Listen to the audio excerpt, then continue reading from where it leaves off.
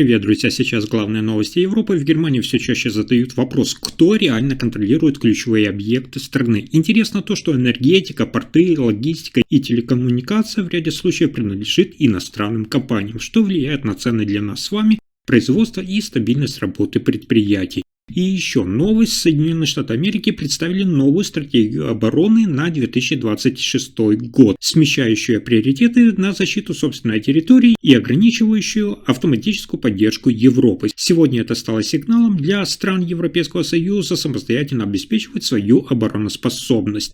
И напоследок новость о технологиях. Компания DeepL рассказала о прогрессе переводов с помощью искусственного интеллекта, которые теперь могут работать с профессиональными текстами, переводить в реальном времени, сохраняя смысл и даже тональность. Такие системы постепенно меняют повседневное общение как в Германии, так и в Европе. Стоит ли изучать иностранные языки, если есть такие переводчики? Здравствуйте, обо всех этих последних событиях Европы коротко расскажу буквально за несколько минут.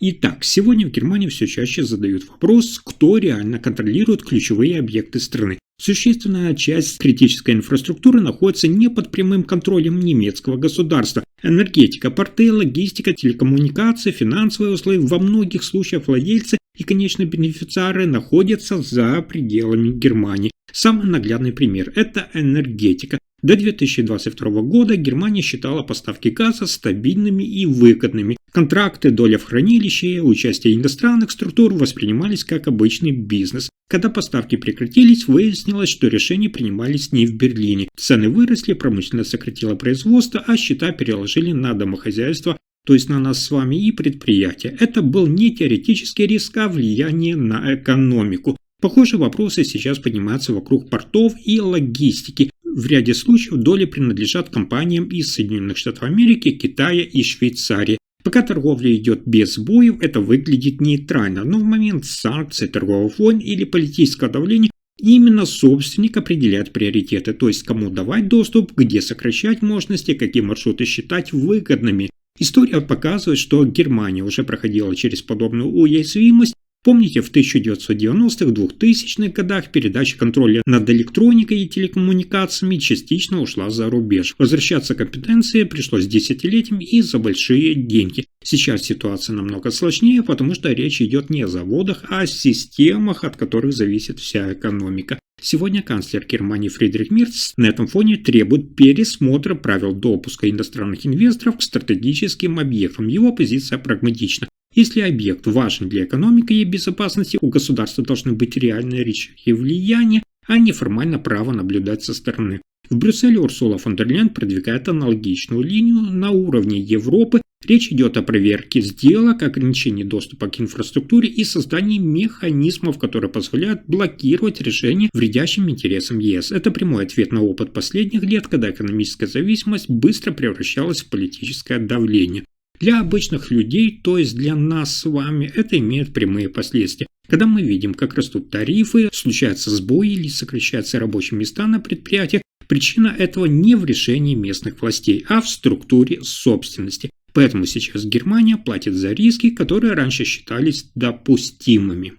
Следующая новость одна из самых важных для Европы. Накануне Пентагон представил новую национальную стратегию обороны Соединенных Штатов Америки на 2026 год. Документ меняет приоритеты американской военной политики и вызывает вопросы среди европейских лидеров и военных экспертов. В основе новой стратегии ставка на защиту именно самой территории Соединенных Штатов и на расширение влияния в западном полушарии. Европа, по сути, оказывается в статусе партнера, но не приоритет. То есть Соединенные Штаты Америки сегодня больше не обещают прежний объем военной помощи и призывать европейские страны самих обеспечивать свою обороноспособность с тем, что помощь Вашингтона будет ограниченной, а не автоматической. В самой Европе это восприняли как сигнал, так как десятилетиями страны НАТО рассчитывали на американские силы как на элемент коллективной безопасности. Новый документ предлагает пересмотреть эту модель. Соединенные Штаты все больше концентрируются на защите именно своей территории, своих границ и влияния в Америке, а европейские союзники теперь должны брать на себя основную ответственность за свою безопасность, получая от Соединенных Штатов Америки только ограниченные ресурсы и поддержку в ключевых моментах. Мы с вами также должны понимать, что это изменение не появилось внезапно. Помните, еще в прошлом году обсуждались планы по пересмотру американского военного присутствия за рубежом, вызванными долгими дебатами в Конгрессе о расходах на оборону и растущей конкуренции в других регионах мира. Но теперь мы видим, что эта стратегия оформлена официально, и она отображает глубокий сдвиг в американской внешней политике. Сегодня многие министры обороны европейских стран и эксперты считают, что такая переориентация может оставить страны Европейского Союза с меньшими гарантиями поддержки в критический момент. Документ подчеркивает, что европейские государства уже сейчас обладают ресурсами и могут инвестировать в собственные вооруженные силы. Аналитики же отмечают, что подобный сдвиг может иметь последствия, так как европейские страны должны либо увеличивать военные бюджеты, либо использовать собственные силы. Это испытание на способность государств согласовывать действия в условиях усиленной конкуренции за ресурсы и стратегические интересы. Но на этом сюрпризы дня не заканчиваются. Накануне в интервью разработчик крупнейшего сервиса переводов DeepL рассказал, что сейчас перевод на основе искусственного интеллекта вышел далеко за рамки простых онлайн-фраз и постепенно превращается в технологию, которая может перестроить повседневное общение людей по всему миру. Все мы с вами понимаем, как еще несколько лет назад автоматические переводчики справлялись только с простыми текстами, например, письмом другу или какой-то короткой заметкой. Сейчас же системы уже могут переводить юридические договоры, технические документы, сложные профессиональные тексты, которые требуют тонкого понимания терминов и контекста. Именно на такие специфические задачи делают упор современные алгоритмы, а не повседневные фразы. Глава DeepL объясняет, что ключ к качественному переводу – это умение передать смысл, структуру и даже тональность. Система искусственного интеллекта учится различать, когда нужен буквальный перевод, а когда адаптация под целевую культуру. Это и отличает их от старых автоматических переводчиков. Такие изменения происходят на фоне общего прогресса в технологиях обработки речи. Мы уже видели, как современные продукты способны в режиме реального времени переводить живую речь так, что собеседник слышит ее на своем родном языке, сохраняя интонации и даже эмоциональные нюансы.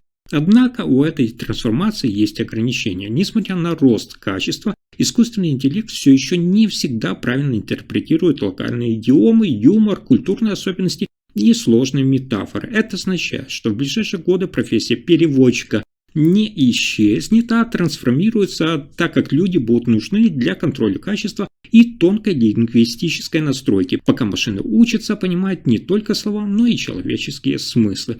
Эксперты считают, что такие системы искусственного интеллекта станут привычной частью общения уже в ближайшие годы, но людям стоит серьезно подумать о том, как сохранить богатство языков и культур, чтобы технологии помогали людям, а не стирали их уникальность. На этом пока все. Вы слушали последние новости Германии. Если информация оказалась полезной, ставьте лайк, подписывайтесь на канал и делитесь видео. Спасибо за просмотр.